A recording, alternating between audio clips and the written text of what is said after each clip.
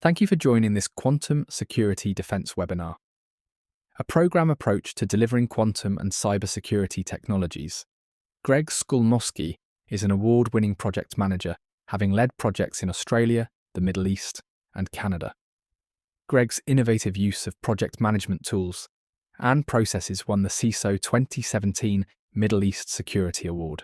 Later, Greg was one of the project managers for the Smartphone Connected Pacemaker Devices program that placed third in Cleveland Clinic's top 10 medical innovations for 2021.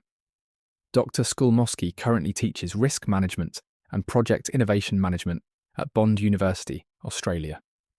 Greg is a prominent author of a series of books: Shields Up, Cybersecurity Project Management, Cybersecurity Training, A Pathway to Readiness, Quantum Cybersecurity Program Management, and Accelerated Quantum Technologies, Change Management.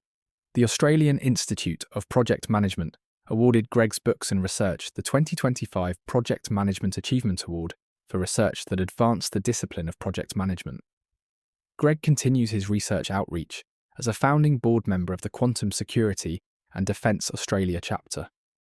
It's a pleasure to be here, and thank you for pioneering this community of practice. It's been so influential, and thank you. I'm going to talk about quantum technologies and how to deliver it from a project manager perspective.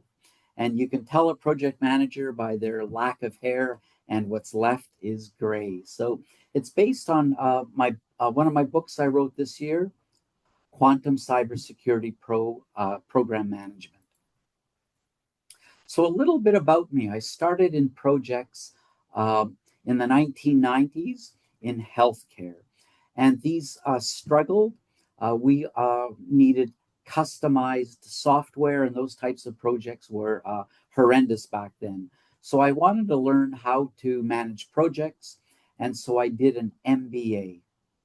But this MBA, I got it before the first version of the PMBOK guide. So not once did we talk about projects. We talked about return on investment, finance, and these other things which really weren't helpful. So after saying I'm not going back to school again, I entered a PhD program at the University of Calgary. And during this program, I found my tribe. In Calgary, they had a chapter of the Project Management Institute, and it was people just like me, enthusiastic about projects. So I volunteered, went to the meetings, I presented, and one thing led to another. I got invited onto the PMBOK Guide Update Committee. So we updated the first version and released the millennial version. So it's just by chance this happened, but for me, I learned about standards and the importance of best practices and where they fit in project management. I went to the Middle East and I taught project management at Zayed University in Abu Dhabi for about 8 years, and that was wonderful. But I'm a project manager at heart, so I wanted to practice what I professed. So I joined the company called Cleveland Clinic Abu Dhabi. It's the #2 healthcare system in the world, and we built a $6 billion hospital. It has more square feet than the Burj Khalifa. We hired 5,000 caregivers, and it was an amazing place to do project management.